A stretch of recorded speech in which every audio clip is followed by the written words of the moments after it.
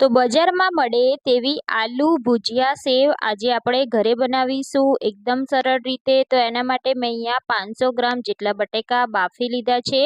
પહેલાથી જ બટેકા બાફી લેવાના અને પછી આપણે ખમણીની મદદથી આ રીતે ખમણી લઈશું।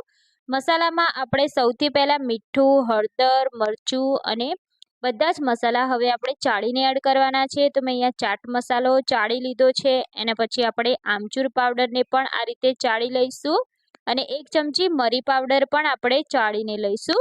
તો મસાલા આ રીતે ચાળીને લેવાના। તો બધા જ મસાલા થઈ જાય પછી આપણે તેમાં બેસન અને ચોખાનો લોટ એડ કરી દઈશું અને મિક્સ કરી લઈશું। પરફેક્ટ બાઇન્ડિંગ આવી જાય ત્યાં સુધી આપણે એને મિક્સ કરવાનું છે। જરૂર પડે તો લોટ તમે એડ કરી શકો છો વધારે। તો આ રીતે લોટ આપણે સેટ કરી દીધો છે। પછી આપણે આ રીતની એકદમ ઝીણી જારી એને તેલ લગાવી ગ્રીસ કરી લઈશું અને સંચામાં આપણે લોટ ભરી દઈશું। ગરમ તેલ રાખી દીધું છે। ગરમ તેલમાં આ રીતે સંચો ગોળ ગોળ ફેરવી અને સેવને આપણે પાડી દેવાની છે। તો સેવ ગરમ હોય એટલે આ રીતે ઉપર આવી જશે એટલે સાઈડ ચેન્જ કરી દેવાની અને ક્રિસ્પી થાય ત્યાં સુધી તેને તળી લેવાની। તો અહીંયા આપણી આલુ ભુજિયા સેવ બનીને તૈયાર છે। આ સેવ ઉપર થોડો ચાટ મસાલો સ્પ્રિંકલ કરી દેવાનો એટલે ખૂબ જ સરસ લાગશે ખાવામાં। માર્કેટ જેવી જ આ સેવ ઘરે બની જાય છે અને બાળકોને તો બહુ જ પસંદ આવે છે। તો તમે પણ બનાવી દેજો।